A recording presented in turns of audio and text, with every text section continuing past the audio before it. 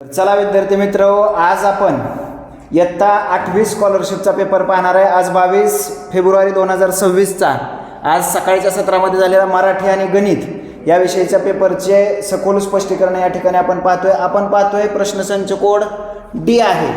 ठीक आहे। आणि आजच्या या प्रश्नपत्रिकेमधील मराठीमधील सगळ्या प्रश्नांचे स्पष्टीकरण आपले मराठीचे शिक्षक गोडसे सर या ठिकाणी तुम्हाला स्पष्ट करणार आहेत। ठीक आहे। तर करायचं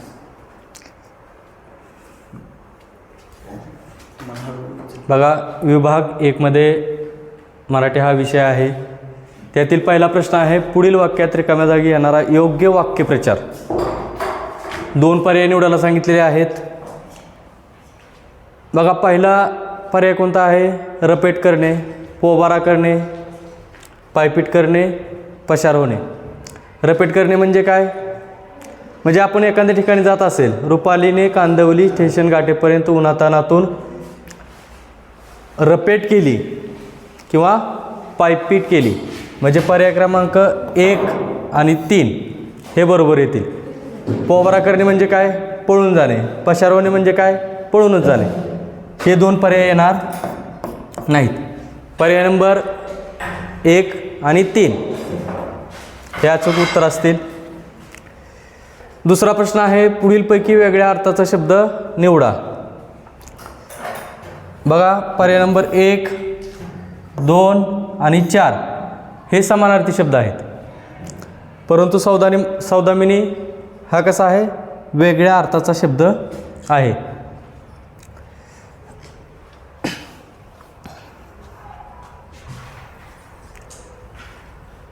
साहित्यिक व त्यांची टोपण नावे दिली आहेत, त्यापैकी चुकीची असलेली जोडी निवडा। अनिल आत्माराम रावजी देशपांडे बरोबर आहे। आरती प्रभू चिंतामण त्र्यंबक खानोलकर हेही उत्तर बरोबर आहे। बी नारायण मुरलीधर गुप्ते हेही उत्तर बरोबर आहे। दिवाकर हे उत्तर काय आहे? चुकीचं आहे। त्यानंतर पुढचा प्रश्न बघा, ओसाड ह्या शब्दाचा काय आहे? विरोधार्थी शब्द। म्हणजे आपण शेतामध्ये जी आपली ओसाड जमीन असते त्याच्या विरुद्ध काय असणार आहे? सुपीक। नापीक येणार नाही, माळरान येणार नाही, मृद्यान येणार नाही। काय येणार? ओसाडला विरोधार्थी शब्द काय असणार आहे? सुपीक असणार आहे। त्यानंतर पुढचा प्रश्न बघा, अतिशय शुद्ध व उत्कृष्ट प्रकारचे, अतिशय शुद्ध व उत्कृष्ट प्रकारचे ह्या शब्दसमूहाबद्दल एक शब्द पर्यायातून निवडा। अतिशय शुद्ध बहुरूपी तर येणार नाही, मंगलाचरण नाही, परिपक्व नाही। काय येणार आहे? उत्तर 52 कशी। कार्यक्रम पूर्ण झाल्यानंतर, बघा पुढचा प्रश्न 6वा, कार्यक्रम पूर्ण झाल्यानंतर व्यवस्था करणे ह्या अर्थाची योग्य म्हण निवडा। म्हणजे कार्यक्रम पूर्ण झाल्यानंतर एखादी गोष्ट जर आपण व्यवस्था केली, त्याचं नियोजन केलं, तर त्यासाठी योग्य म्हण ह्या पर्यायात कोणते असणार आहे? प्रयत्नार्थी परमेश्वर तर नसणार आहे, बरोबर आहे। भुकेला कोंडा आणि निजेला दोंडा ह्याचा जर काय विषय येत नाही। बैल गेला आणि झोपा केला हे उत्तर बरोबर येते, बरोबर आहे। अन्नछत्री जेवणेवर मिरपूड मागणे हे पण उत्तर येत नाही। बैल केला आणि झोपा केला म्हणजेच काय? कार्यक्रम पूर्ण झाल्यानंतर किंवा एखादी गोष्ट पूर्ण झाल्यानंतर काय करतो आपण? एखाद्या गोष्टीची व्यवस्था करतो, नियोजन करतो। त्यामुळं बैल गेला आणि झोपा केला हे उत्तर अचूक असेल। त्यानंतर पुढचं बघा, पुढीलपैकी कोणता शब्द कानडी भाषेतील नाही? जे काय पारिभाषिक शब्द आहेत, स्टॉप बघा। 7वा प्रश्न आहे, पुढीलपैकी कोणता शब्द कानडी भाषेतील नाही? नकारार्थी आहे। ह्यातले 3 शब्द एका भाषेत असणार आहेत आणि 1 शब्द काय असणार आहे? कानडी भाषेतील नसणार आहे। तर बटाटा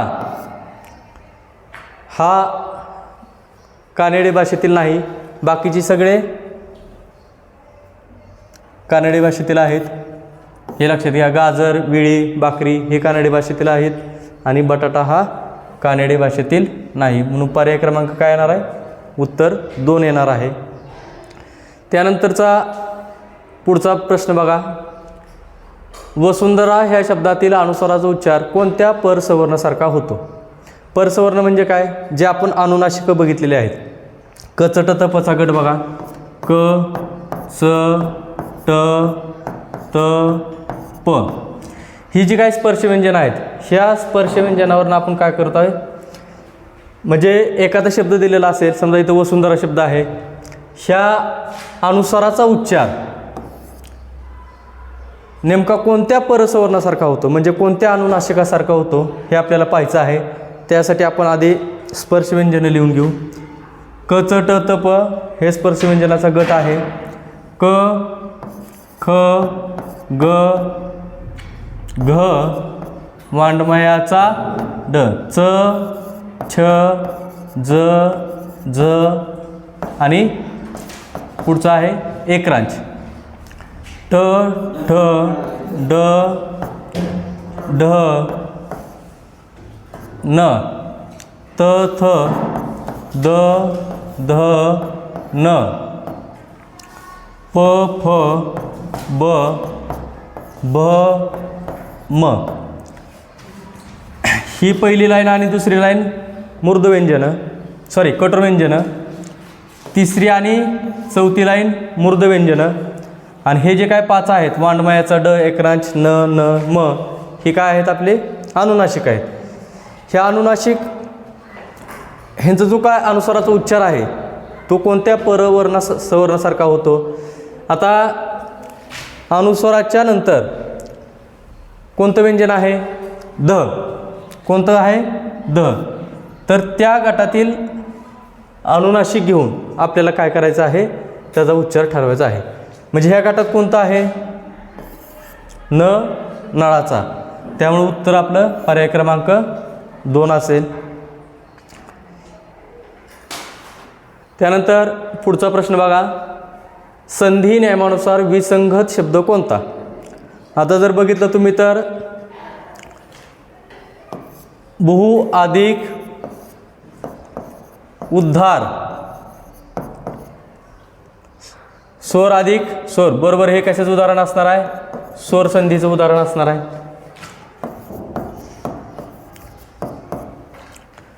सत, दुसरं पर्याय बघा. सत अधिक चरित्र. त ह्या व्यंजनापुढे च च्या आल्यास तचा च होतो. म्हणजे हे कशाचं उदाहरण आहे? सत. ह्याचा पाय मोडलेला म्हणल्यावर हे कशाचं उदाहरण आहे? व्यंजन संधीचं उदाहरण आहे. व्यंजन संधी. त्यानंतर सज्जन, तिसरा पर्याय बघा. सत अधिक जन. त ह्या व्यंजनापुढे ज ज आल्यास तचा ज होतो. तचं काय होतो? ज होतो. सज्जन. म्हणजे हे सुद्धा व्यंजन संधीचंच उदाहरण आहे. तत अधिक टीका. चौथा पर्याय बघा. तत अधिक टीका. त या व्यंजनापुढे ट ठ आल्यास किंवा कठोर व्यंजन आल्यास तचा ट होतो. काय होतो? तचा ट होतो. त्या नियमानुसार जर म्हटलं तर हा सुद्धा व्यंजन संधीचाच आहे. काय म्हटलं बघा, संधी नियमानुसार विसंगत. विसंगत म्हणजे काय? वेगळा पर्याय. मग मला सांगा, दुसरा, तिसरा आणि चौथा हे पर्याय कशाचे आहेत? व्यंजन संधीचे आहेत.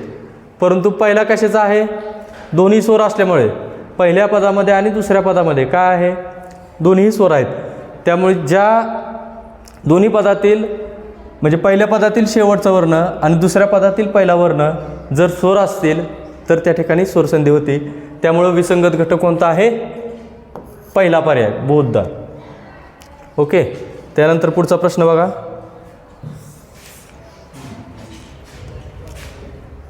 कविता आहे. ह्या ठिकाणी कविता दिलेली आहे. त्या कवितेचा जर आपण विचार केला तर बघा, त्यातला पहिला प्रश्न आहे, अपंग व्यक्तीचा उपवास कोणाकडून होत आहे? उपवास करणे म्हणजे काय? समजा आपण एखाद्या जर एक कमजोर व्यक्ती असेल किंवा गरीब व्यक्ती असेल किंवा एखादा मित्र असेल आपला, तर आपण त्याला काय करतो, एक टिंगल किंवा आपण काय म्हणतो त्याला एक चेष्टेने बोलतो. तर ह्या पहिल्या प्रश्नामध्ये अपंग व्यक्तीचा उपहास कोणाकडून होत आहे, म्हणजे त्याचा उपहास कोणाकडून होत आहे. तर ह्या पर्यायामध्ये बघा, कविता वाचू आपण आधी. उभे बहुवती प्रासाद गगनभेदी, पती लोकांची होय दाट गर्दी, प्रभादीपांची फुले अंतराळी, दौलतीची नित चालते दिवाळी.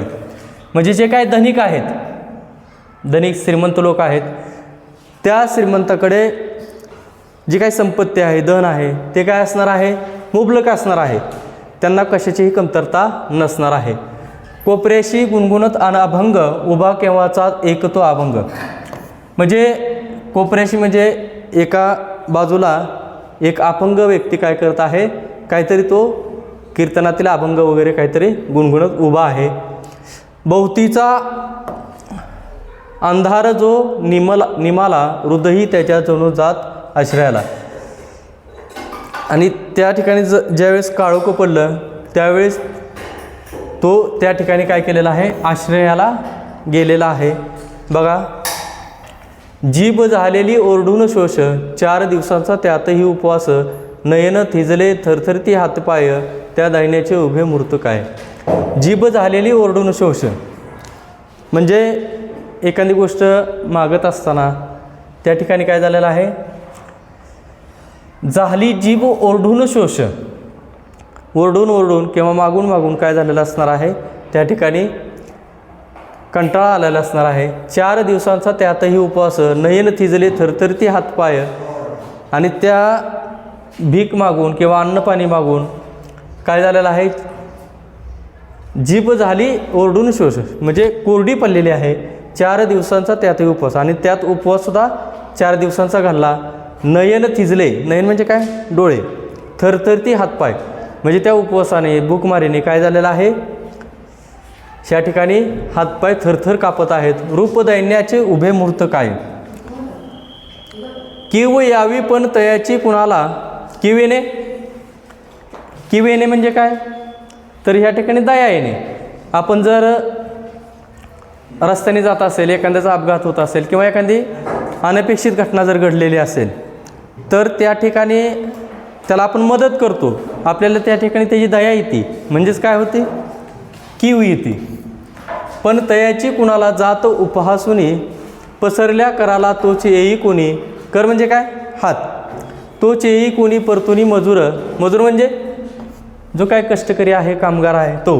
बघुनी दिना, दिन म्हणजे काय, दिन म्हणजे दिवस, आणि दीर्घ दिन म्हणजे गरीब. दिन म्हणजे काय, गरीब. त्या उदाहरणून उर म्हणजे जो काय अपंग आहे त्याला जे काय उपहासात्मक गोष्टी जाणवल्या, त्याला जे काय उपहासात्मक गोष्टी जाणवल्या, पसरल्या कराला तोच, आणि त्याने हात पसरले, तोच येई कोणी परतुनी मजूर. आणि त्या मदतीसाठी एखादा मजूर, एखादा कामगार, कष्टकरी तो काय करतो आहे, बघुनी दिना त्या उदाहरणून उर. त्या गरिबाला बघून तो काय झाला, माघारी आला आणि त्याला मदत केली. म्हणे राहीन दिन एक मी उपाशी, परी लाभू दे 2 घास ह्याशी. तो गरीब व्यक्ती, दीनबंधू, तो काय करत आहे, काय म्हणतोय, राहीन दिन एक मी उपाशी, मी 1 दिवस उपाशी राहीन, परंतु लाभू दे 2 घास ह्याशी. म्हणजे ह्या किंवा कुणाची आली, अपंग व्यक्तीची, त्याला काय करू दे, 2 घास त्याला सुखाचे मिळू दे. खिसा ओतुनी त्या भुक्या ओंजळीत, चालू लागे तो दीनबंधू वाट. बघा, जेवढं काय त्याच्याकडे आहे, म्हणजे काही असू द्या, त्यांनी काय केलेलं आहे, आपला खिसा रिकामा केलेला आहे, आणि त्या दीनबंधू चालू लागे तो दीनबंधू वाट. आणि तो त्या ठिकाणी म्हणून काय झालेला आहे, तो दीनबंधू निघून गेलेला आहे. बघा, आता अपंग व्यक्तीचा उपवास कोणाकडून होत आहे, मजुराकडून तर होत नाही, दिनांकडून तर होत नाही, आश्रय तर दिलेला होता. म्हणजे धनिकांकडून काय होत आहे इथं? उपहास होत आहे. ओके. पुढचा प्रश्न बघा, कवितेतलंच आहे. मजुराला दीनबंधू म्हटले आहे. आपण जर पाहिलं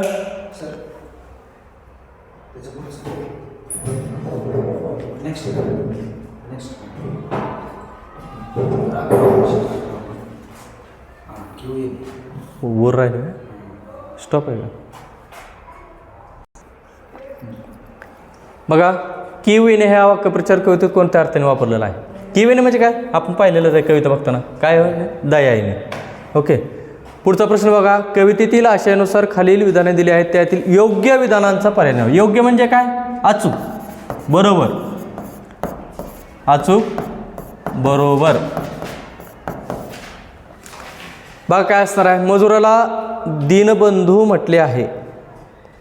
मजुराला दीनबंधू म्हटले आहे. मने राहीन दिने एक मी उपाशी. इथं उपाशी कोण राहणार आहे? जो कोण दीन आहे, गरीब आहे तो. परी लाभू दे दोन घासे ह्याशी, खिसा ओतून त्या भुक्या ओंजळीत चालू लागतो दीनबंधू. म्हणजे इथं पहिला पर्याय काय आहे? बरोबर आहे. मजुराला दीनबंधू म्हटले आहे, हा पर्याय बरोबर आहे. अपंग व्यक्तीची जीभ ओरडून कोरडी झाली आहे. बघा कवितेमध्ये ह्या ओळी कुठं आहेत? जीभ झालेली ओरडून शोष, 4 दिवसाचा त्यातही उपास.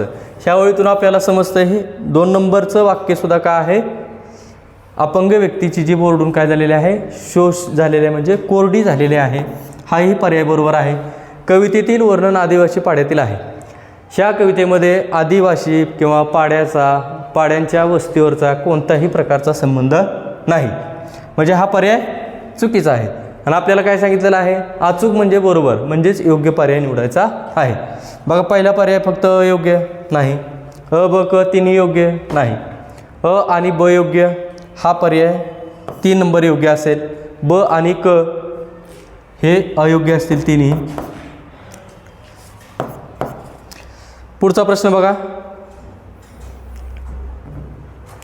पुढीलपैकी कोणत्या पर्यायातील शब्दांचे सामान्य रूप अचूक होते म्हणजे योग्य होते?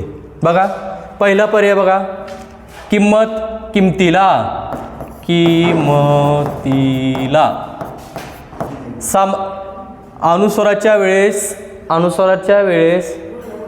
अनुस्वार असेल तर ह्या सामान्य रूपाच्या वेळेस काय होणार आहे? अनुस्वार निघून जाणार आहे, त्यामुळं हा पर्याय तर नाही. विहीर,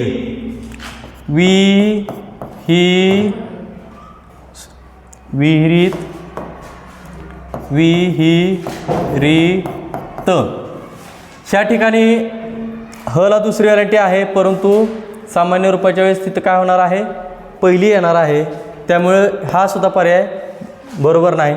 रक्कम, रक्कम, रकमेला.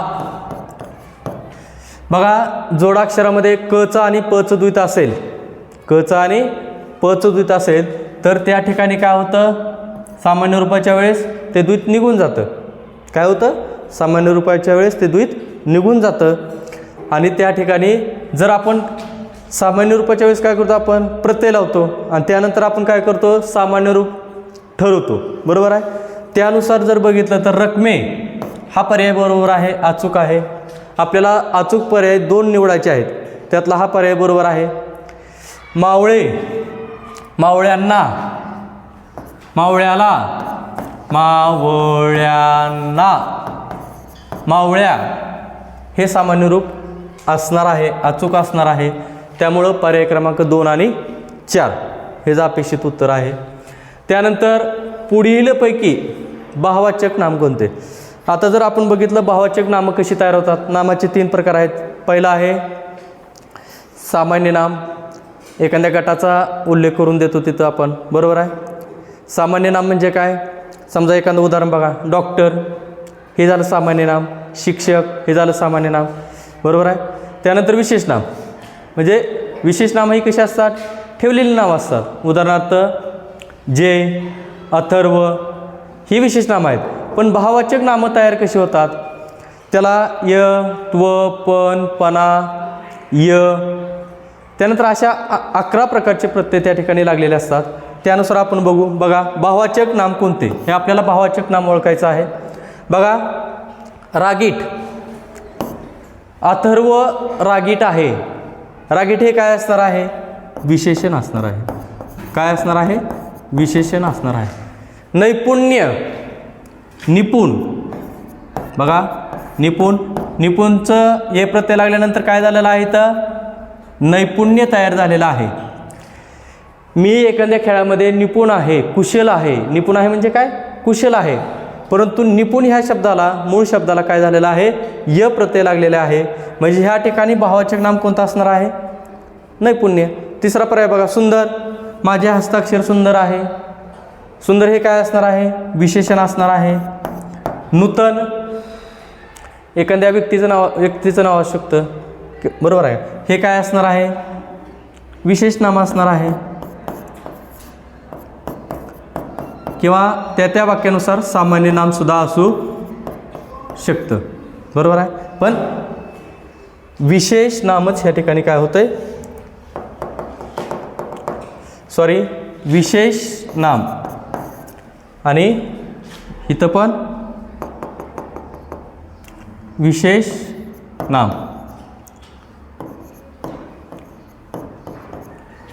म्हणजे पर्याय क्रमांक 2 हा पर्याय बरोबर येईल.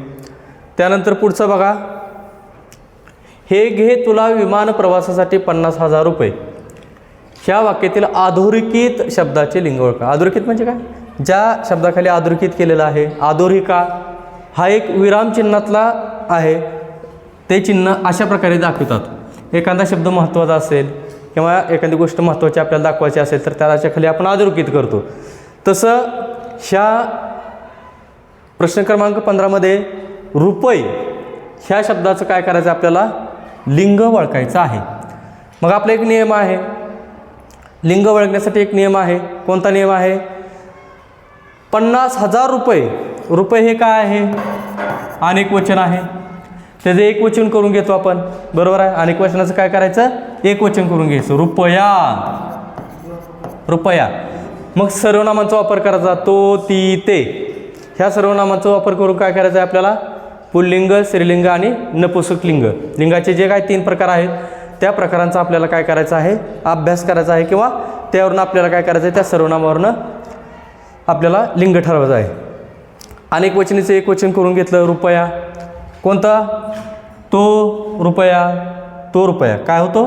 तो रुपया. म्हणजे हे काय असणार आहे?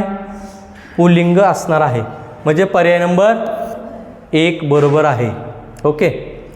त्यानंतर पुढचं बघा, वाक्यांचा प्रकार. निर्मलजीत सिंग यांनी हल्लेखोर सेबर जेट विमानाचा प्रतिकार जोमाने सुरू केला. मला वाटतं हा 6वी, इयत्ता 6वीतला हा धडा आहे. जी निर्मलजीत सिंग यांनी जे काही शत्रूची विमानं आलेली होती त्याच्यावर आधारित खूप मोठी गोष्ट आहे. ती खूप मोठी कहाणी आहे, शौर्याची कहाणी आहे. बरं असू द्या. बघा, निर्मलजीत सिंग यांनी हल्लेखोर सेबर जेट विमानाचा प्रतिकार जोमाने सुरू केला. वाक्याचा काय ओळखायचा आपल्याला? प्रकार ओळखायचा आहे. 10 प्रकार आहेत वाक्याचे. विधानार्थी वाक्यापासून शेवट आज्ञार्थी विद्यार्थी ह्या वाक्यापर्यंत 10 वाक्याचे प्रकार आहेत. आता हे 10 प्रकारामध्ये पहिला आहे विधानार्थी, दुसरा आहे करणरूपी, अकरणरूपी, नकारदर्शक, होकारादर्शक. त्यानंतर हे 3 प्रकार झाल्यानंतर प्रश्नार्थक आहे. त्यानंतर विधानार्थी वाक्य आहे. त्यानंतर संयुक्त आहे, मिश्र आहे, केवल आहे, बरोबर आहे. ह्या प्रकारानुसार जर आपण बघितलं, बघा पर्यायानुसार बघू आपण. मिश्र वाक्यामध्ये उभयनिव्याय असणं गरजेचं आहे. मिश्र वाक्यामध्ये गौणत्व सूचक उभयनिव्याय असणं महत्त्वाचं आहे. संयुक्त वाक्यामध्ये प्रधानत्व सूचक उभयनिव्याय असणं गरजेचं आहे. आज्ञार्थी ह्या ठिकाणी तर आज्ञा दिलेली नाही. ह्या वाक्यामध्ये कुठेही आज्ञेचा वापर केलेला नाही. त्यामुळं हे विधानार्थी वाक्य असणार आहे. कसलं वाक्य असणार आहे? विधानार्थी वाक्य असणार आहे. विधानार्थी वाक्य ही केवळ वाक्य असतात किंवा शुद्ध वाक्य असतात, हे लक्षात घ्या. ओके. पुढचा प्रश्न बघा. नेक्स्ट 17वा प्रश्न आहे. विरामचिन्हांचा प्रश्न दिलेला आहे. विरामचिन्हांचा वापर करून लिहिलेले वाक्य निवडा. 4 वाक्य दिलेले आहेत आणि योग्य विरामचिन्हांचा वापर केलेला आहे का नाही हे आपल्याला पाहायचं आहे. आणि त्यानुसार योग्य म्हणजे अचूक बरोबर हे वाक्य आपल्याला निवडायचं आहे. जर ह्या ठिकाणी विरामचिन्ह संपूर्ण व्यवस्थित लक्षात असतील किंवा त्याच्या व्याख्या पाठ असतील तर हे आपल्याला लगेच लक्षात येतात. रुद्र म्हणाला, बघा पहिला पर्याय बघू बरोबर आहे का नाही. रुद्र म्हणाला, बरं दुहेरी तोंडचं बोलणं असेल तर त्या ठिकाणी काय करतो आपण, रुद्र म्हणाला स्वल्पविराम आणि दुहेरी तोंडचं बोलणं असल्यामुळे काय करतो, दुहेरी अवतरण चिन्ह देतो. म्हणजे अवतरणातील चिन्ह वाक्य आणि अवतरणाबाहेरचं वाक्य वेगळं दाखवण्यासाठी इथं स्वल्पविराम असणं गरजेचं आहे. दुहेरी तोंडचं बोलणं असल्यामुळे इथं दुहेरी अवतरण चिन्ह असणं गरजेचं आहे. बरोबर आहे. सर मी आत येऊ का, सर मी आत येऊ का, उद्गार चिन्हाचा इथं संबंध अजिबात नाही, कारण ही कोणत्याही प्रकारची भावना प्रकट करत नाही. त्यामुळं पहिलं वाक्य हे योग्य नाही. ह्या ठिकाणी कोणतं चिन्ह पाहिजे होतं, मग उद्गारावाचकाच्या ऐवजी प्रश्नचिन्ह असणं गरजेचं होतं. ओके. आरितच्या किती सुंदर चित्र रंगवलेस तू. आता ह्या ठिकाणी जर बघितलं आपण तर केवळ प्रयोगी जर अवयव बघितलं, आपल्या मनातल्या भावना जर दाटून आल्या तर त्या ठिकाणी आपण कोणते चिन्ह वापरतो, उद्गारवाचक चिन्ह वापरतो. हे आपण पाहिलेलं आहे. बघा ह्या ठिकाणी आरितच्या हे उद्गारवाचक चिन्ह बरोबर आहे. किती सुंदर चित्र रंगवलेस तू. सुंदर हे काय, समजा एखाद्या व्यक्तीने सांगितलं खूप छान अक्षर काढलंस, सुंदर अक्षर काढलंस, तर त्या ठिकाणी त्यांनी काय केलेलं आहे, त्याच्या भावना प्रकट केलेल्या आहेत. मग ह्या ठिकाणी कोणत्या प्रकारच्या भावना, सुंदर म्हणजे त्या व्यक्तीने काय केलेलं आहे, स्वतःच्या भावना प्रकट केलेल्या आहेत. मग ह्या ठिकाणी कोणते चिन्ह अपेक्षित होतं, उद्गारवाचक चिन्ह अपेक्षित होतं. बरोबर आहे. त्या ठिकाणी नाही, म्हणजे हेही उत्तर काय असेल, चुकीचं असेल. बघा तिसरा पर्याय शाळेतील विद्यार्थी भांडार, इथं बरोबर आहे. प्रयोगशाळा, संगणक कक्ष, ह्या ठिकाणी स्वल्पविराम हे चिन्ह द्यायचे राहिलेले आहेत. वाचनालय, ह्या सुविधा सुसज्ज आहेत. म्हणजे ह्या ठिकाणी स्वल्पविराम ह्या चिन्हाचा वापर केलेला नाही. त्यामुळे हे सुद्धा उत्तर कसं आहे, चुकीचं आहे. बघा आता मगाशी सांगितल्याप्रमाणे दुहेरी तोंडचं बोलणं असेल तर अवतरणातील वाक्य आणि अवतरणाबाहेरचं वाक्य वेगळं दाखवण्यासाठी आपण कशाचा वापर करतो, स्वल्पविरामचा वापर करतो. बरोबर आहे. आणि दुहेरी अवतरण चिन्ह काय असणार आहे, दुहेरी तोंडचं बोलणं असणार आहे. त्यामुळे दुहेरी अवतरण चिन्ह येणार आहे. साहेब म्हणाले, ह्या नोट्यातले 80 रुपयेच माझे आहेत. पण काय आहे, पण परंतु हे काय आहे, उभयनिव्य अव्यय आहे. पण आणि परंतु ह्या उभयनिव्य अव्ययानंतर काय वापरतो आपण, अर्धविराम चिन्ह वापरतो. तेही योग्य आहे. बाकी 20 रुपयाचं काय, काय हे काय आहे, प्रश्नार्थ काय आहे, त्यामुळे प्रश्नचिन्ह आणि दुहेरी अवतरण चिन्ह पूर्ण. म्हणजे योग्य विरामचिन्हाचा वापर करून लिहिलेलं वाक्य कोणतं आहे, 4 नंबरचं आहे. हे एक लक्षात ठेवा. त्यानंतर पुढचा प्रश्न बघा. पुढील वाक्यातील क्रियापदाचा अर्थ ओळखा. बघा, सर्वांनी समाजात सहकार्याची भावना ठेवावी. आपण एखादं सामाजिक कार्य करतो. बरोबर आहे. सामाजिक कार्य करत असताना आपली इच्छा असते की बाबा ह्या समाजासाठी आपण काहीतरी करावं. बरोबर आहे.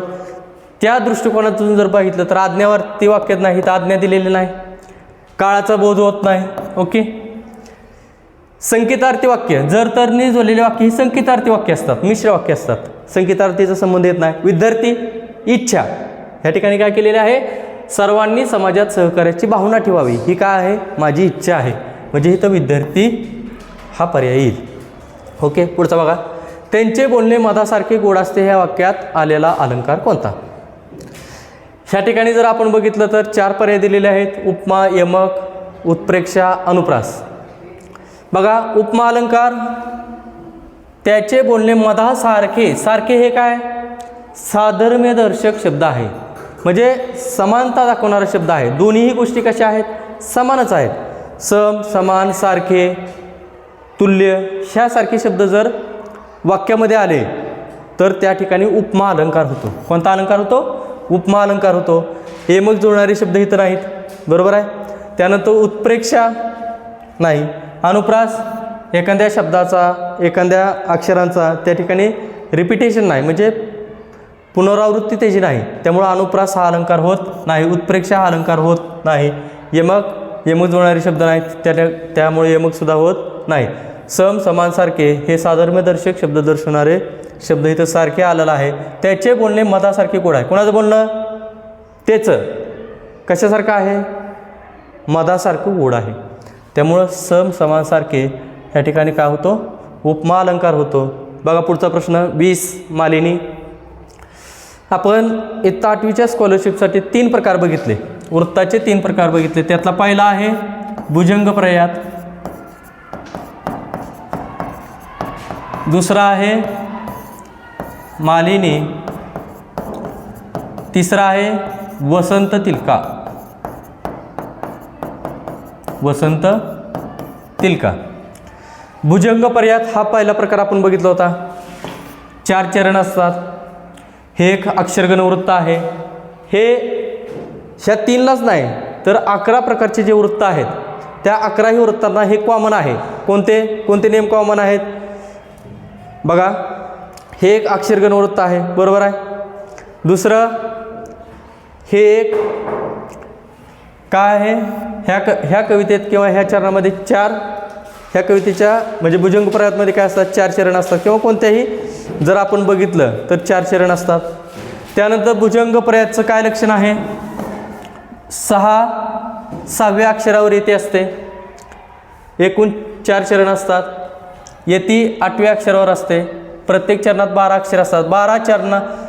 12 अक्षरे कशाची असतात? भुजंग पर्यायाची, बरोबर आहे. मालिनी ह्या वृत्ताचे पुढीलपैकी कोणते लक्षण नाही म्हटले? बघा, येती 8व्या अक्षरावर असते. मालिनी आणि वसंत तिलकाची येती 8व्या अक्षरावर असते. भुजंग पर्यायाची 6व्या अक्षरावर असते. म्हणजे हा पर्याय पहिला बरोबर आहे. प्रत्येक चरणात 12 अक्षर असतात. मालिनीमध्ये किती असतात? 15 अक्षरे असतात. आणि वसंत तिलकामध्ये किती असतात? 14 अक्षर असतात. म्हणजे प्रत्येक चरणात 12 अक्षर असतात. हे लक्षण कसं आहे त्याचं? खोटं आहे. एकूण 4 चरण असतात. न न म ये य असे त्याचे गण पडतात. हा एक पर्याय चौथा पण बरोबर आहे. जर तुम्ही एरत न भज सममध्ये बघितलं आणि एखादं उदाहरण घेऊन जर बघितलं तर आपल्याला न न म ये य अशा प्रकारचे त्याचे गण पाडलेले आपल्याला पाहायला मिळतील. म्हणजे चौथा पर्याय बरोबर आहे. आपलं उत्तर काय असणार आहे? मग 2 नंबर असणार आहे.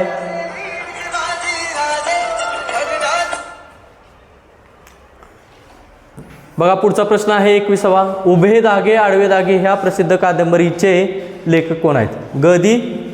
माडगूळकर हे ह्या कादंबरीचे लेखक आहेत. हा पाठांतराचा भाग आहे. पाठांतर योग्य असेल तर हा प्रश्न आपल्याला काय अडचण नाही. आता 22वा प्रश्न आहे बघा. पुढीलपैकी आकर्मक कर्तरी प्रयोगाचे वाक्य कोणते? कोणता प्रयोग विचारला आपल्याला? आकर्मक कर्तरी प्रयोग. आता आकर्मक कर्तरी प्रयोगाचा पहिला नियम काय आहे?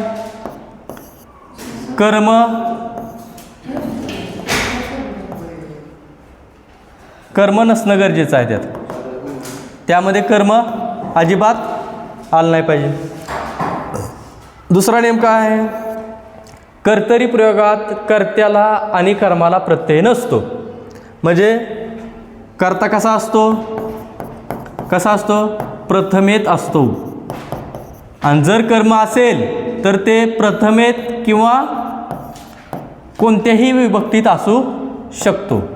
ओके, कोणत्याही विभक्तीत असू शकतो.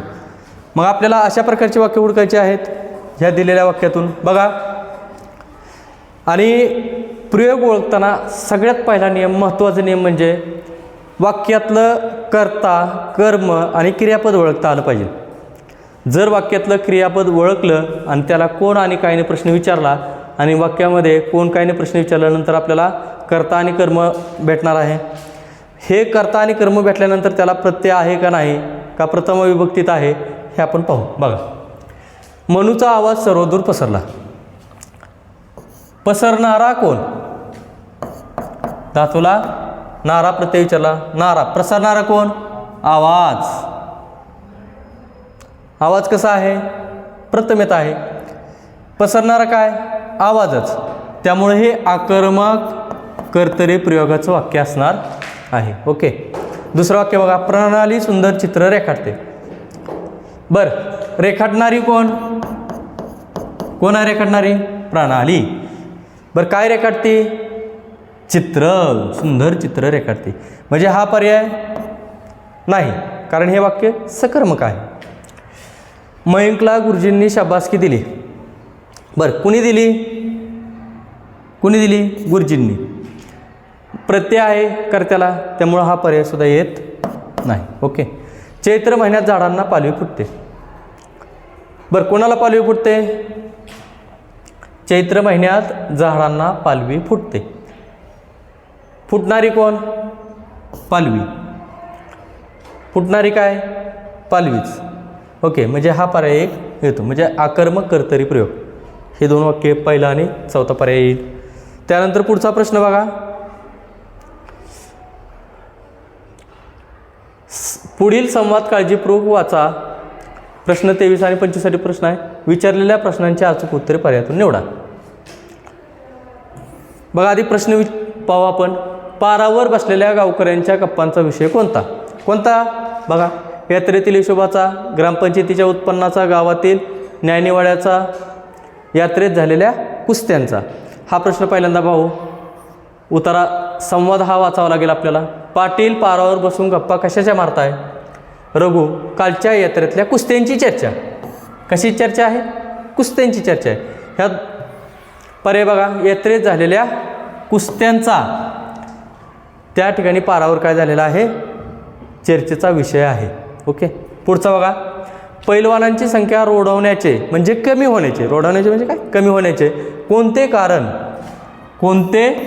कारण संवादात दिलेलं आहे किंवा आलेलं आहे? कुस्ती खेळाबद्दल उदासीनता, प्रशिक्षकांची कमतरता, आर्थिक चणचण आणि प्रसिद्धीची वानवा.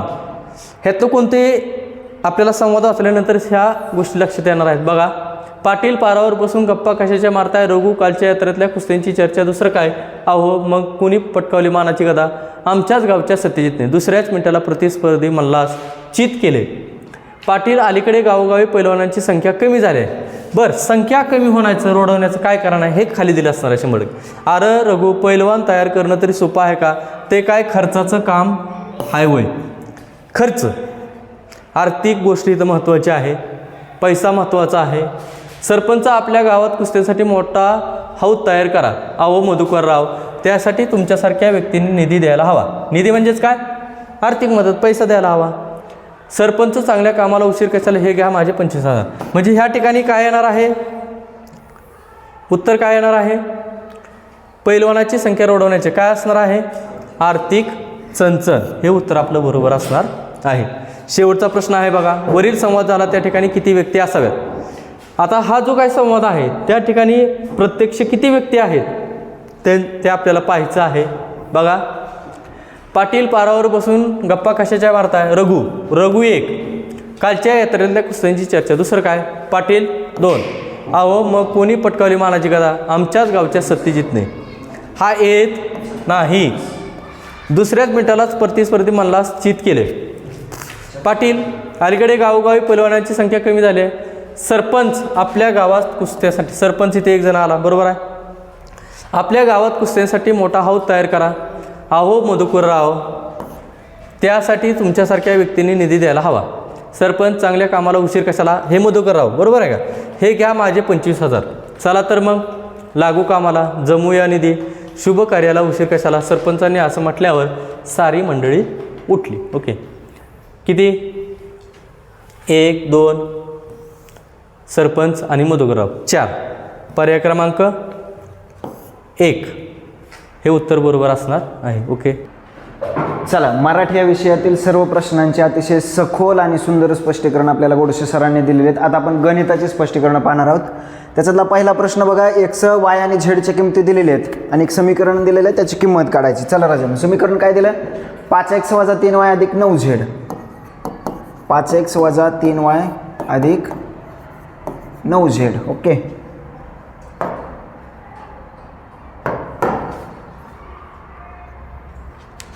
चला, x ची किंमत -3, 5 गुणिले वजा 3 वजा 3 गुणिले वायची किंमत काय दिली 4 आणि झेडची किंमत 2/3. ठीक आहे, चला सॉल्व करूया. 5 त्रिक 15 वजा चिन्ह येईल राजांनो वजा 4 त्रिक 12 अधिक 3 त्रिक 9 3 दोन्ही 6 वजा वजा चिन्ह समान असल्यामुळे बेरीज होईल. 12 आणि 15ची बेरीज किती रे बाळांनो 27 वजा चिन्ह येईल अधिक 6 चिन्ह भिन्न असल्यामुळे वजाबाकी करा. 21 मोठ्या संख्येचं चिन्ह द्या वजा 21 हे उत्तर असेल आपलं. पर्याय क्रमांक बोला. पर्याय क्रमांक 4 हे आपलं उत्तर असेल. चला पुढं.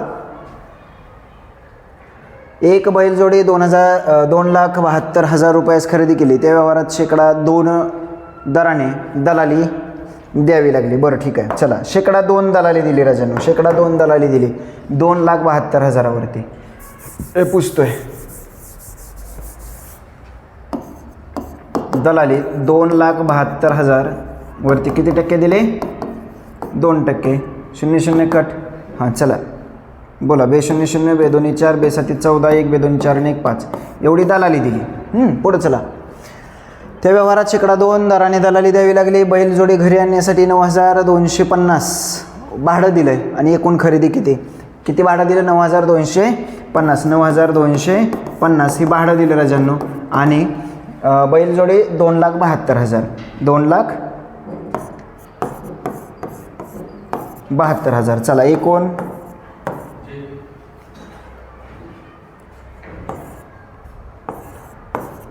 किती झालं 2,86,600 2,86,690. पर्याय क्रमांक 1 हे आपलं बरोबर उत्तर असेल बाळांनो. ठीक आहे, चला पुढच्या प्रश्नाकडे. पतंगाच्या गुणधर्मानुसार योग्य विधानाचा पर्याय निवडा. सम्मुख कोणांची एक जोडी एकरूप असते का असते. चला कर्ण परस्परांचे लंब असतात. ओके थोडं थांबा. दोन्ही कर्ण परस्परांना काटकोनात दुभागतात. परस्परांचे लंब असतात राजांनो पण दोन्ही कर्ण परस्परांना काटकोनात दुभागतात असं होणार नाही. परस्परांना म्हणजे दोन्ही कर्णांना एकमेकांना दुभागणे. पण याच्यामध्ये पतंगात काय होतं एक कर्ण दुसऱ्या कर्णाला दुभागतो. ठीक आहे, म्हणून हे विधान काय होईल चुकीचं होईल. म्हणजे अ आणि ब योग्य होईल. अ आणि ब योग्य कुठं दिलं राजांनो पर्याय क्रमांक 4 मध्ये दिलं बघा.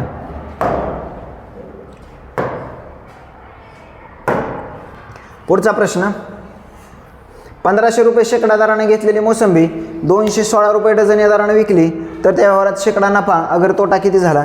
बाळांनो 1,500 रुपये शेकडा घेतली म्हणजे 1,500 रुपयांना 100 घेतली म्हणजे एक किती रुपयाला घेतली असेल म्हणजे एका मोसंबीची किंमत किती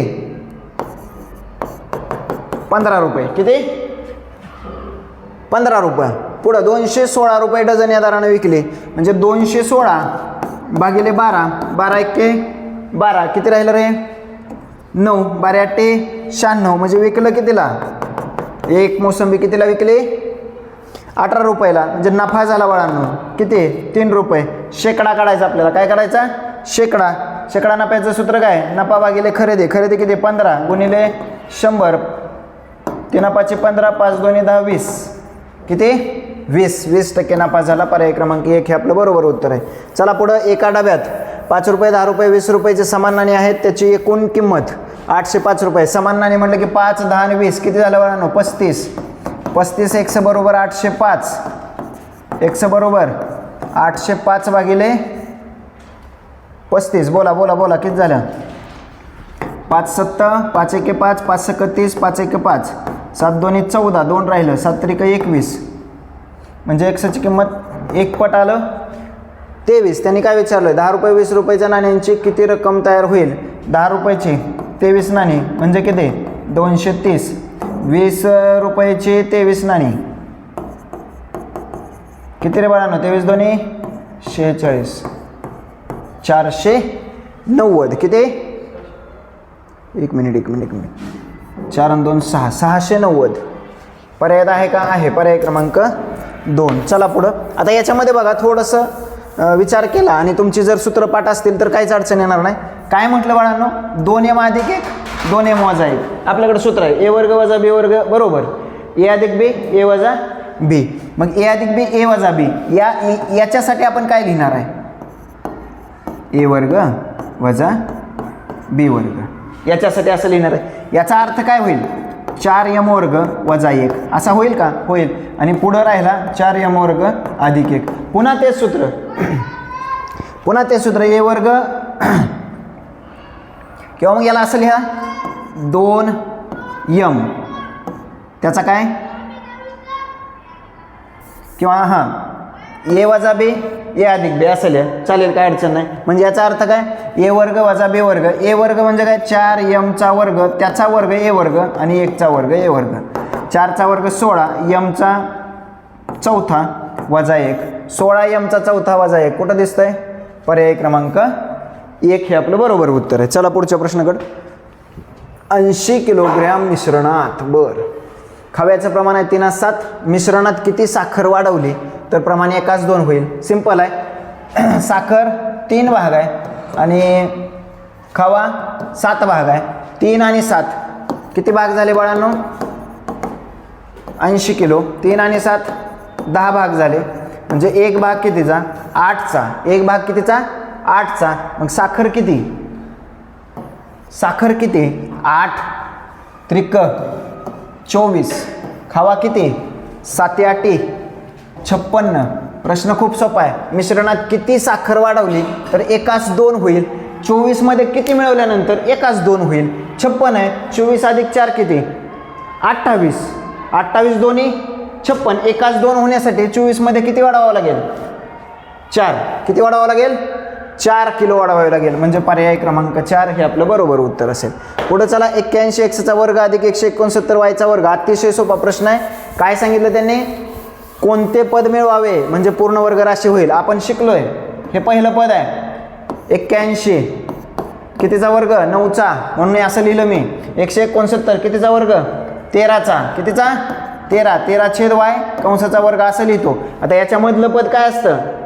अधिक किंवा वजा 2 गुणिले पहिलं पद गुणिले दुसरं पद. 2 गुणिले पहिलं पद 9x दुसरं पद 13/y.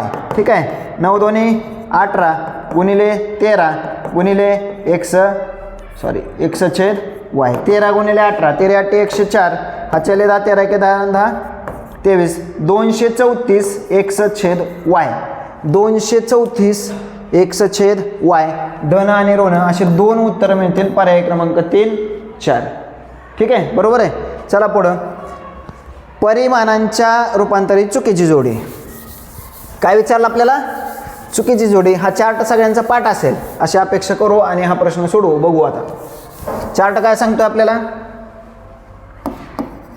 Kilo, hecto, deca, metre, litre, gram, deci, centi, milli. चला डन.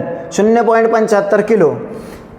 किलोमीटरचं डेसिमीटरमध्ये करायचं. किलोमीटरचं डेसिमीटरमध्ये किती घरं पुढं जायचं? 1 2 3 4. 4 घरं पुढं जायचं. किती दिलंय? 0.75. 4 घरं जर पुढं गेलो तर 1 2 3 4 म्हणजे 7,500 येणार. किती येणार? 7,500. दिलंय का बाळांनो?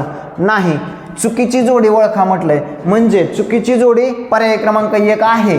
म्हणजे आपल्याला फसायचं नाही. आपल्याला चुकीच्या जोड्या ओळखायच्या. त्यातलं पहिलं चुकीचंच आहे म्हणून ते उत्तर येणार आहे आपलं. पुढं चला. 2 हेक्टो 2000 डेसी. हेक्टो कुठं आहे? इथं. डेसी कुठं आहे? इथं. 1 2 3 3 घरं पुढं 1 2 3 2000 डेसी येईल का? येईल. म्हणजे हे कसं आहे रे? बरोबर आहे. म्हणजे हे उत्तर येणार नाही म्हणून ह्या पर्यायाला कॅन्सल करून टाकायचं. पुढं चला. 9 डेसी 90 मिली. डेसी कुठं आहे? इथं आहे. मिलीकडे जाताना 1 2 घरं पुढं जावं लागणार म्हणजे 900 येणार होतं. 90 दिलंय म्हणून हे चुकीचं आहे. म्हणजे आपल्यासाठी हे बरोबर उत्तर आहे. पुढं 500 डेका 50 हेक्टो. डेका कुठं आहे? इथं आहे. 500 50 हेक्टो. 1 घर मागे यायचं 50. बघा म्हणजे हे बरोबर आहे. आपल्याला चालणार नाही. आपल्याला चुकीचेच पाहिजे होते म्हणून याला कॅन्सल केलं. पर्याय 1 आणि 3 हे तुमचं बरोबर उत्तर असेल. पुढीलपैकी असत्य विधान कोणते? एकाच बिंदूत छेदणाऱ्या 3 किंवा अधिक रेषा एक संपाती असतात. करेक्ट. हे कसं आहे? सत्य आहे. आपल्याला काय पाहिजे? असत्य. काय पाहिजे? असत्य. विरुद्ध किरणांचा आरंभबिंदू सामायिक असतो. आरंभबिंदू सामायिक असतो. म्हणजे हे सत्य आहे, हे सत्य आहे. एक रेषा व त्या रेषेवरील एक बिंदू यांनी एक प्रतल निश्चित होते, असं होईल का? नाही, रेषीय 3 बिंदू लागतील, म्हणजे हे असत्य आहे. पुढं एकमेकींना छेदणाऱ्या 2 रेषांचा छेदनबिंदू एक व एकच असतो, हे सत्य आहे. आपल्याला काय पाहिजे? असत्य. म्हणून आपलं उत्तर काय असणार आहे? पर्याय क्रमांक 3 असणार आहे. बरोबर आहे. चला पुढे जाऊया. आता याच्यामध्ये बघा आपल्याला सोडवावं लागणार आहे. काय काय दिलं आहे? 3x - 6 छेद 2 कंसात x - 3 बरोबर 12/7. एक काम करा, 7 इकडे गुणून घ्या. 7 त्रिक 21x वजा 6 7 42 बरोबर 12. 12 दोन्ही 24. 24 गुणिले x 24x वजा 24 त्रिक 72. 72 घ्या. 21x हे 24x, हे 21x तिकडे गेलं, 24x मधून वजा करा. काय येणार बाळांनो?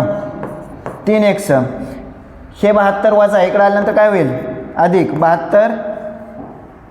हे 72 अधिक झालं, हे 42. बोला 0 3 30. म्हणजे x बरोबर किती? 10. x बरोबर किती? 10. पर्याय क्रमांक 4 हे बरोबर उत्तर आहे. पुढे चला.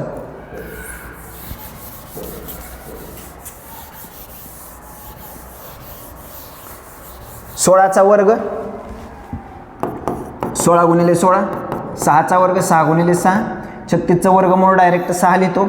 4चा चौथा म्हणजे 4 गुणिले 4 गुणिले 4 गुणिले 4 4 वेळा करा. पुढं 6च्या 12वा घात. बघा याला कसं लिहिणार आपण? 6चा 12वा आणि त्याचं तिसरं मूळ आहे. म्हणजे काय? घाताचा घात घाताचा गुणाकार. जर या पद्धतीने केलं तर 3 चौक 12 म्हणजे 6चा चौथा घात येणार आहे. 6चा 1 2 3 4. हे 3 कॅन्सल.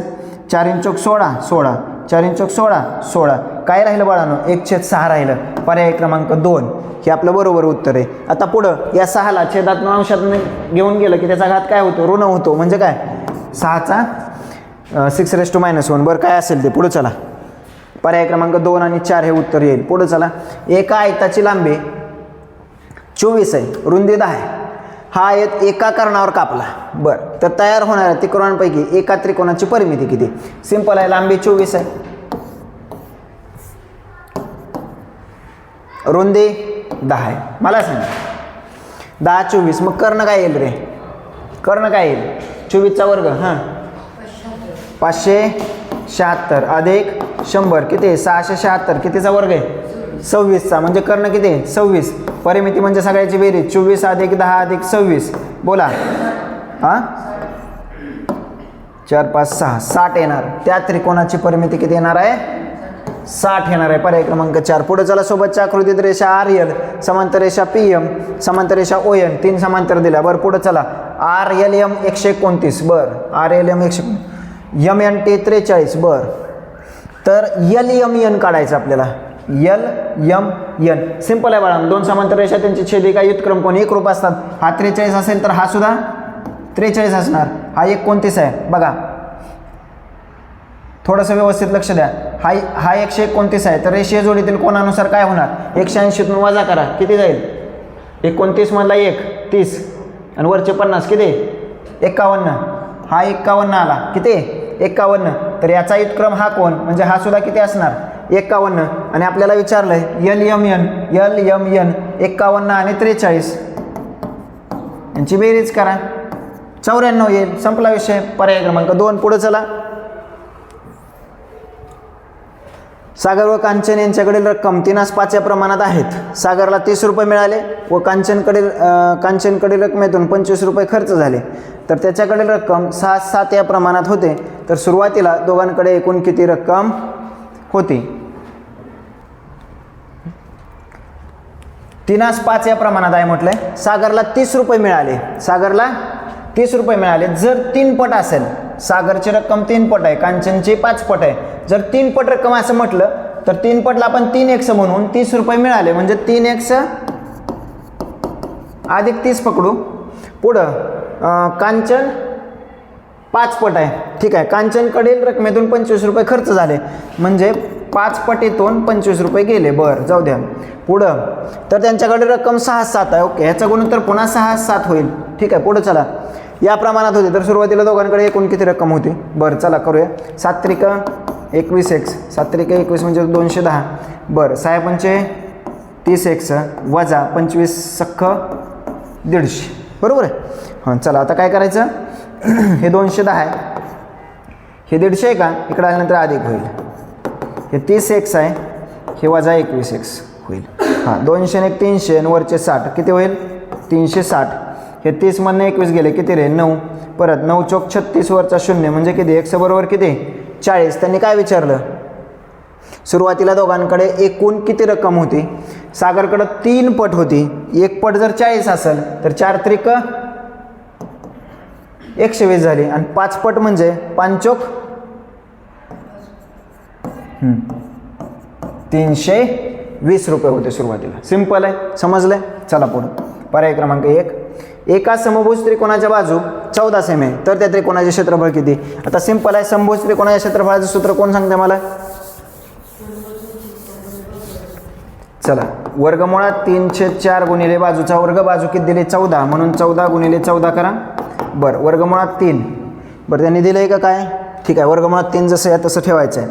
हां 2 2 4 2 7 14 2 7 14 7 7 49 वर्गमुळात 3 कुठे आहे पर्याय क्रमांक 3. ठीक आहे, सेमी सेमी आहे, बरोबर आहे. चला वृत्तचे ते आकाराच्या धातूच्या ठोकळ्याची त्रिज्या 7 आहे. बरं उंची 10 आहे, ठीक आहे. हा ठोकळा पूर्ण वितळवला आहे. बरं 3.5 सेंटीमीटर त्रिज्येच्या व 0.2 सेमी जाडीच्या जास्तीत जास्त किती चकत्या, घनफळ भागिले घनफळ. चला वृत्ताची तिचं घनफळ पाय आर वर्ग h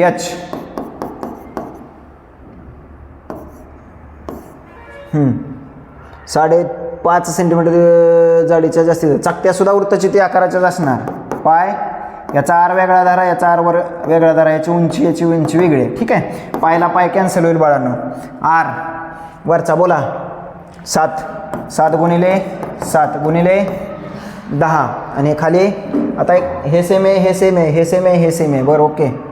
बरं 3.5 गुणिले 3.5 आणि उंची किती आहे, जाडी म्हणजे त्याची उंची पकडावी लागेल 0.2. चला 3.5 दोन्ही 7 3.5 दोन्ही 7. बरं जर आपल्याला पॉईंट घालवायचा असेल तर 1 0 द्यावा लागेल म्हणजे वर काय येईल 2 दोन्ही 4 गुणिले 100 खाली काय येईल 2 2 दोन्ही म्हणजे काय आलं 200 चकत्या तयार होतील बाळांनो. पर्याय क्रमांक 1. पुढं चला. या राशीत कोणती राशी मिळवल्यास बेरीज एवढी येईल. बरं सिंपल आहे. समजा एका संख्येमध्ये कोणती संख्या मिळवल्यावर उत्तर येईल तर काय करतोय आपण, ही संख्या इकडं आणून वजाबाकी करतोय. काय करतोय वजाबाकी करतोय म्हणजे याच्यातून ही वजा करायचं आहे, बरोबर आहे. आता वजाबाकी करताना काय होईल, कंसाच्या बाहेर वजा असेल तर कंसातले सगळ्या पदांची चिन्ह बदलतील. आपण डायरेक्ट करायचा प्रयत्न करू. 4x चा घन वजा 5x चा वर्ग अधिक 8x वजा 10 वजा 4x चा घन चिन्ह बदला 12x चा वर्ग अधिक x अधिक 3. चला सारखी कुठे आहेत, अधिक 4x चा घन वजा 4x चा घन कॅन्सल करून टाका. 5x वर्ग आणि 12x वर्ग चिन्ह भिन्न आहेत म्हणजे काय करायचं वजाबाकी. 7x चा वर्ग मोठ्या संख्येचं चिन्ह द्या. ओके ठीक आहे. पुढे चला 8x अधिक 1x 9x वजा 10 अधिक 3 वजाबाकी करा, मोठ्या संख्येचं चिन्ह द्या. काय 7x चा वर्ग अधिक 9x वजा 7 कुठं आहे पर्याय क्रमांक 1 मध्ये. ठीक आहे चला पुढं.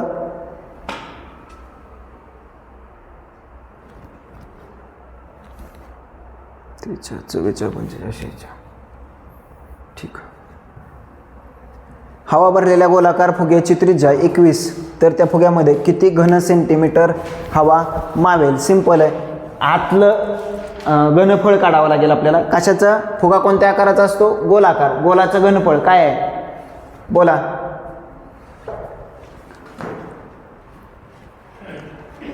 गोलाकार फुगा आहे म्हणजे गोलाचं घनफळ काढायचं आहे. गोलाच्या घनफळाचं सूत्र काय 4/3 पाय आर चा घन 4/3. पायची किंमत काय दिली का 3.14 नाही दिली. ठीक आहे आपण काय टाकायची 22/7. आर किती दिला 21. 21 चा काय घन म्हणजे 21 गुणिले 21 गुणिले 21 7 त्रिक 3 अशी 3 कॅन्सल 22 चोक 88, 21चा वर्ग बोला. 441. 441 गुणिले 88. 8 1 8, 8 चौक 32, 8 चौक 32 आणि 3 35. 5 3, 8 आणि 2 10, 7 8, 8 आणि 5 आणि 3 8. 38,808. 38,808 कुठे आहे? पर्याय क्रमांक 2 मध्ये. इथं सेम आहे, पर्यायात घन सेम आहे. बरोबर आहे. ठीक आहे, पुढे चला.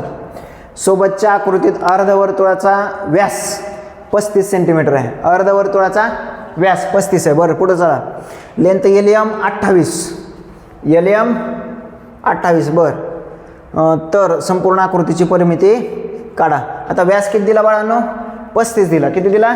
35. पायथागोरसच्या प्रमेयानुसार हे 28 आहे, हे 35 आहे, तर हे किती येईल?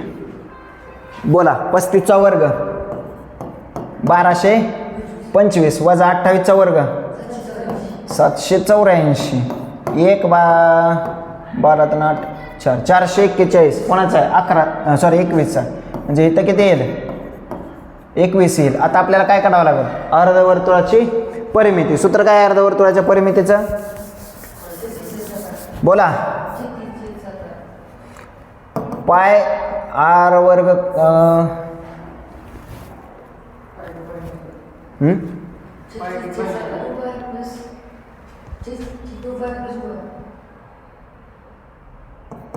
पाय आर प्लस 2r असं काय आहे? परिमिती काय येते त्याची?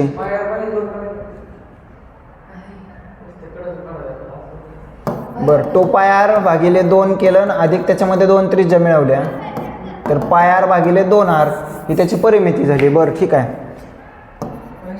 पाय आर, आर किती येईल? 35च्या निम्मा. बोला. 17.5.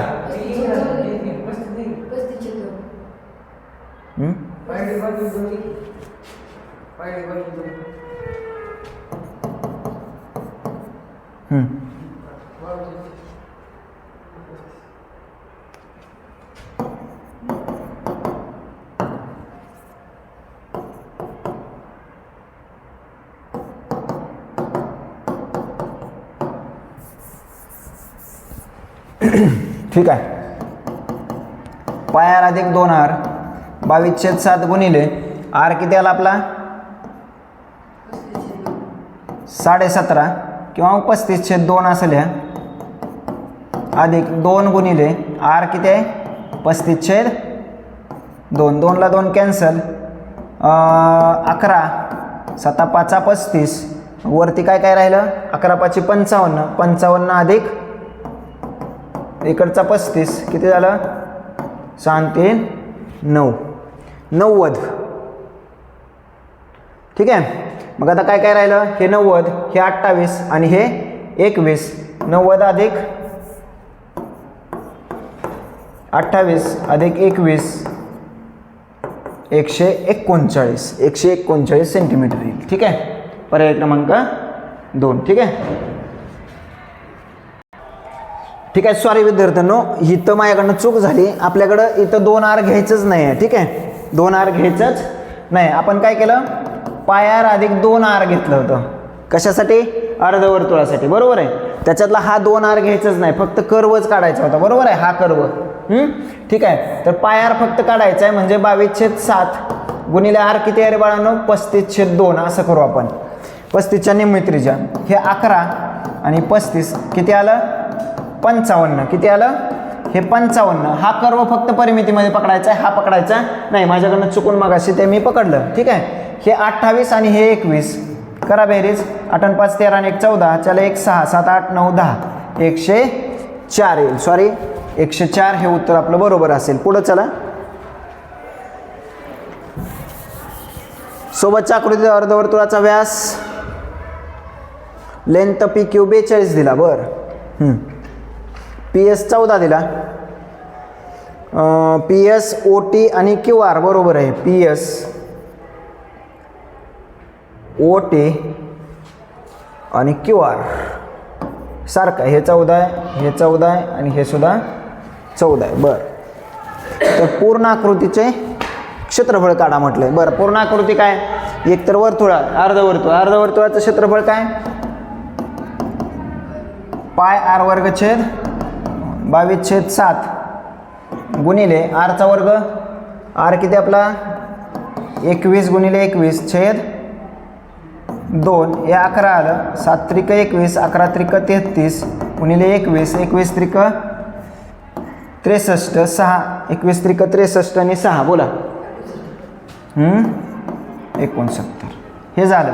आता पुढं चला. हे आयत आहे. हे 42 आणि 14. आयताचं क्षेत्रफळ काय येणार आहे? 42 गुणिले 14. 14 दोन्ही 28, 702, 14 चोक 56, 56 57 आणि 58. हे 588 आलं. आणि खालचा त्रिकोण आहे. त्या त्रिकोणाचं काय करावं लागणार? पाया गुणिले उंची 1/2 गुणिले पाया किती आहे? पाया किती? 42 आणि उंची किती? 14. 7 दोन्ही 14, 1 7 चोक 28 आणि 1 29. ह्यांची सगळ्यांची बेरीज करावी लागेल आपल्याला. 693, 588 आणि 200 बोला 94. 8 आणि 4 12 आणि 3 15 हात चला 1 10 8 18 27 का 8 8 आणि 5 13 14 15 1575 चौरस सेमी येणार टोटल. ठीक आहे. आता 47वा प्रश्न नाही बाळांनो. ठीक आहे. आपण एक काम करू. 47 क्वेश्चन पेपर द्या.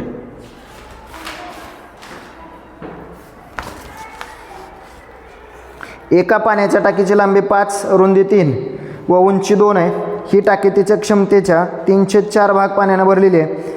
उरलेली टाकी भरण्यासाठी 15 लिटर मापाच्या किती बादल्या? ओके, ठीक आहे. आता आपल्याला काय करावं लागेल? लांबी रुंदी उंची मीटरमध्ये दिली, बरोबर आहे. म्हणजे आपण काय करू? त्या इष्टिकाच्या त्या आकाराच्या टाकीचं घनफळ काय येतं बाळांनो? L गुणिले B गुणिले H. काय आलं? 5 3 2 5 त्रिक 15 दोन्ही 30 घन मीटर. एक काम करा, घनमीटरचं लिटर करा. 1 घनमीटर म्हणजे 1000 लिटर, म्हणजे 30,000 लिटर झालं. 30,000 लिटर झालं. त्याच्यातला 3/4 भरला. ठीक आहे. 4 7 28 2 4 5 20 आणि वरचे 2 0 3 0 0 3 0 0 3 5 15 1 7 21 आणि 1 22. 22,500 लिटर भरलेला आहे. ओके, म्हणजे किती राहिला आहे? किती राहिला? 7,500 राहिला, बरोबर. 7,500 लिटर राहिला. त्यांनी काय म्हटलं माहिती का? 15 लिटर मापाच्या किती बादल्या पाणी टाकीत ओताव्या लागतील. म्हणजे याचं किती भाग करायचं बघा. 15 15 5 आणि वरचे 2 0 म्हणजे 500 बादल्या ओताव्या लागतील. पर्याय क्रमांक 3. बरं, लक्षात ठेवा. 47वा प्रश्न आहे ना, त्याचा पर्याय क्रमांक किती येणार आहे? 3 येणार आहे. इथं प्रश्न नाही माझ्याकडं. पुढं चला.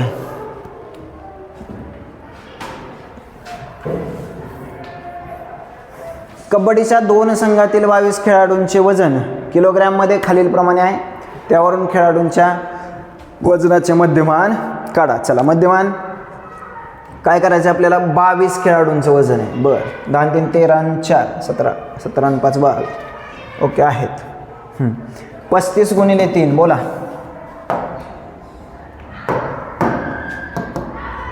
3 5 15 चला 1 3 त्रिक 9 1 10. 40 गुणिले 10 400. 45 दोन्ही 90 90 दोन्ही 180. बरं, 5 5 25 वर 1 0. किती झालं टोटल? हे 5 8 आणि 5 13 चला 1 2 4 9 6 7 8 9 935. किती? 935. 935 भागिले किती जण आहेत? 22. बरोबर आहे. किती आहेत? 22. बोला कितीनं भाग जाईल?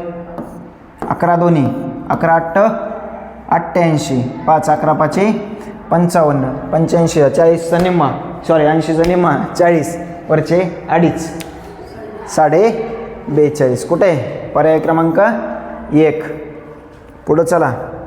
चौरस PQRSची परिमिती 112 सेमी असून बिंदू A B C D हे बाजूचे मध्यबिंदू आहेत, तर रेखांकित भागाचं क्षेत्रफळ काढायचं. परिमिती किती दिली 112 चौरस आहे म्हणजे बाजू किती करायचे 4 2 8 3 राहिलं 4 8 म्हणजे प्रत्येक बाजू किती 28. पुढं चला बिंदू ABCD हे त्याचे मध्यबिंदू आहे. बरं मध्यबिंदू आहे. ठीक आहे ठीक आहे ठीक आहे ठीक आहे. हे 28 असेल तर हे किती बाळांनो 14 किती 14 आणि चौरस आहे म्हणजे काटकोन असणार की नाही हे 14. सगळे सेम आहेत सगळे सेम आहेत. मग जर एका त्रिकोणाचं जे क्षेत्रफळ काढलं 1/2 गुणिले पाया गुणिले उंची बेसाती 14 7 किती 98 असे किती आहेत 4 4 8 32 4 9 36 आणि 3 392 रेखांकित भागात क्षेत्रफळ किती 392 चौरस सेमी. चला पुढं या गुणाकाराच्या बहुपदीची कोटी किती. बर हे एक्सचा घन आहे एक्सचा चौथा आहे घातांकाची बेरीज करा 4 आणि 3 7 सगळ्यात मोठा घातांक म्हणजे कोटी त्याची पर्याय क्रमांक 3. पुढं चला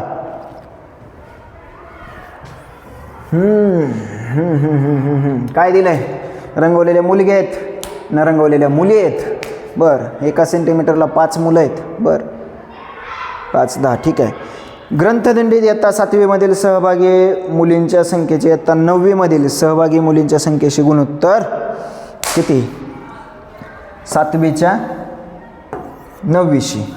7वी मधील कोण सहभागी मुलींच्या संख्येशी मुलींच्या हे महत्त्वाचं आहे. 7वीतल्या मुली बोला 7वीतले 5 10 15 20 25 किती 25. 9वीतल्या मुली 5 आणि 5 10 काय 5 5 5 2 50 2 कुठे पर्याय क्रमांक 4. पुढे चला ग्रंथदिंडीमध्ये सहभागी झालेल्या मुलींची एकूण संख्या किती. बरं बघूया इथल्या किती 1 2 3 4 5 6 7 8 9 10 11 12 12 पंचे 60 किती 60 पर्याय क्रमांक 2. पुढं एका निवडणुकीत उभे असलेल्या 3 उमेदवारांपैकी पहिल्या उमेदवाराला 40%, दुसऱ्या उमेदवाराला 36% मतं मिळाली, तिसऱ्या उमेदवाराचे एकूण 8,640 मिळाली. तर एकूण किती मतदारांनी मतदान केले बाळांनो 40 झालं 36 झालं 40 आणि 3 70 76% मतदान झालं. मग किती टक्के राहिलं 24% राहिलं. 24% म्हणजे काय एवढं आहे तिसऱ्या उमेदवाराचं बरोबर आहे का 24% मतदान. मग कोणत्या तरी संख्येचा 24% 8,640 आहे बरोबर आहे का. हां काय करावं लागेल 8,640 गुणिले 100 भागिले 24 24 बोला 24 चोक 24 त्रिक 72 किती राहिलं रे 14 राहिलं. 24 सख्ख 144 वर 1 शून्य द्या आणि मग हे 36,000 होईल. किती 36,000. तर काय म्हटलं त्यांनी तर एकूण किती मतदारांनी मतदान केले.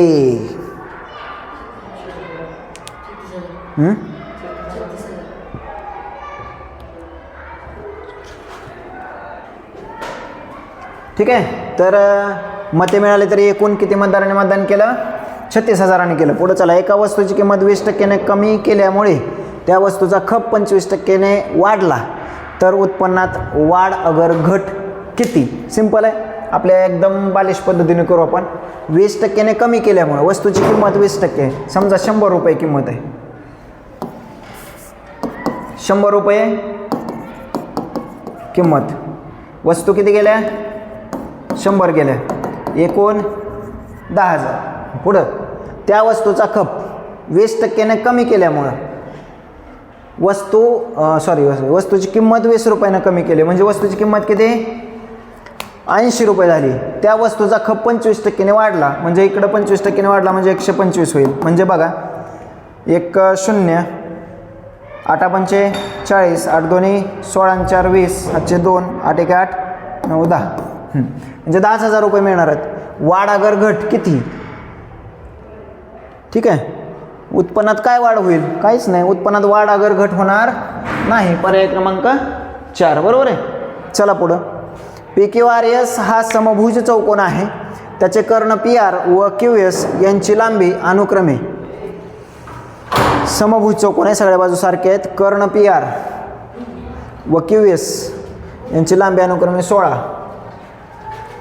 आणि 30.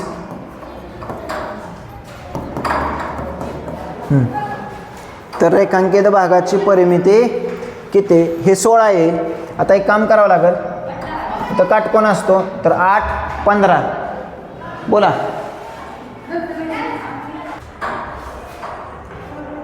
हे 15 हे 8 पायथागोरस वापरा.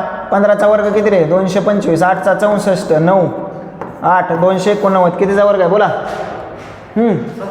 17चा. ही बाजू किती आली? किती आली? 17. आता ही बाजू किती येईल? 17ची येईल. समभुज आहे सगळा, है की नाही? मग याची परिमिती काढायला सांगितली. 17 आणि 17 किती? 34. 34 आणि 16 50. पर्याय क्रमांक 3. पुढचा प्रश्न. सुनीलने एक यंत्र 3 वर्षापूर्वी 10 लाख रुपयास विकत घेतले होते. किंमत दरवर्षी 10% कमी होत असेल तर आज त्या यंत्राची किंमत किती?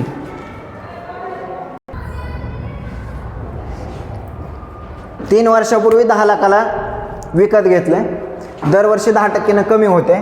बघा ए बरोबर P कंसात ए काय, आता इथं कमी म्हटलं की काय करावं लागेल? वजा R/100 कंसाचा N. P किती आहे? 10 लाख गुणिले 1 वजा 10% कमी होतोय किती? 3. सॉरी इथला एक शून्य राहिला का? 100 वजा 10 90. 90/100 किती वेळा घ्यायचं आहे?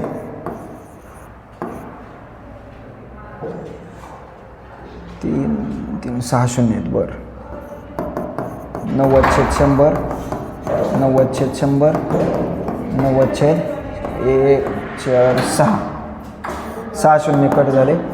हां बोला. 9चा घन 729 वर 3 शून्य 729 गुणिले किंवा 2 पर्याय निवडायचे. हा एक येईल आणि हा एक येईल. सिंपल. पर्याय 2 आणि 3. पुढं चला.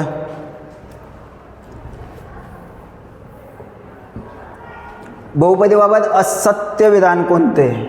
असत्य, चुकीचं विधान. प्रमाणरूप बहुपदीत चलाच्या घातांकाचा चढता किंवा उतरता क्रम असतो. ठीक.